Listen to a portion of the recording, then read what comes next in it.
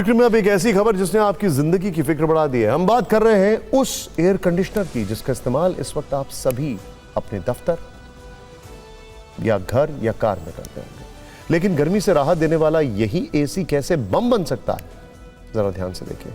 फरीदाबाद की greenfield colony में एक बड़ा हादसा हुआ है जहां एसी कंप्रेसर में ब्लास्ट की वजह से 3 लोगों की मौत हो गई।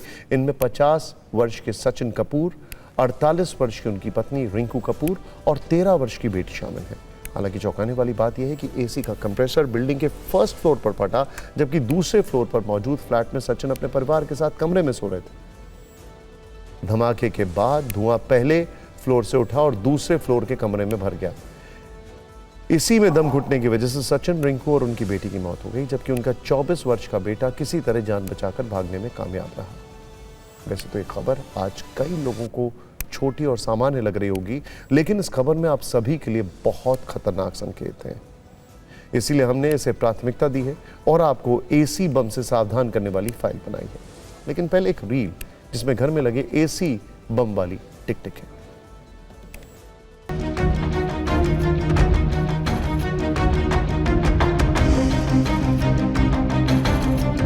सुबह करीब 3 बजे के आसपास ये घटना हुई और वो जो आग है वो एसी ब्लास्ट होने से लगी। वो तस्वीरें आप साफ देख सकते हैं। ये जो इस आग की लपटों ने एक परिवार को जो है वो निगल लिया। मैं वो तस्वीरें दिखा रही हूँ। उस परिवार में पिता, पुत्री और माँ बेटी की तीनों ही लोग जो है वो उनकी मौत हो चुकी है और जो बेटा है वो किसी तरह से कूद कर यहाँ से निकल पाया। मेरे घर में लगी, मेरे ही स्प्लिट पे लगी, वो सारा आग नीचे गिरी है और फिर मैंने अपनी बेटी को उठाया, सो रही थी। लेकिन सेकेंड फ्लोर के लोग पूरा फैमिली जो है वो चली।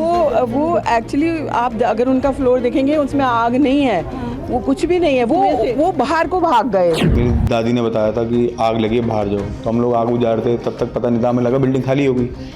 तो बाद में चिल्लाने की आवाज़ आई ऊपर बचाओ, तो हम लोग सब ऊपर भागे।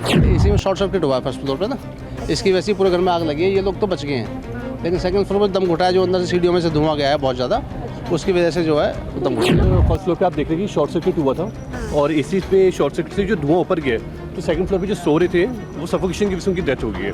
तो हस्बैंड वाइफ की डेथ हो गई, एक डॉगी की डेथ हुई है, उनका बेटा है आर्यन, वो बच गया। फायर सेफ्टी के नाम पे यहाँ पे कुछ नहीं अभी, because it's a private colony. दावा है कि एसी के कंप्रेसर में ब्लास्ट शॉर्ट सर्किट की वजह से हुआ। इसके अलावा घर की वायरिंग पुरानी थी जो लोड नहीं झेल पाई। लेकिन ये समझना जरूरी है कि आखिर कोई एसी अचानक बम क्यों बन जाता है। जैसे एसी में ब्लास्ट की बड़ी वजह होती है गैस लीकेज। सभी एसी में रेफ्रिजरेंट गैस का इस्तेमाल होता है जो हवा को ठंडा रखने का काम करती है। लेकिन अगर इसमें किसी तरह का लीकेज हो और किसी कारणवश ये गैस किसी शॉर्ट सर्किट या स्पार्क के संपर्क में आ जाए तो एसी फट सकता है। इसीलिए ध्यान दें, एसी की गैस लीक नहीं होनी चाहिए। एसी फटने का दूसरा कारण है खराब मेंटेनेंस।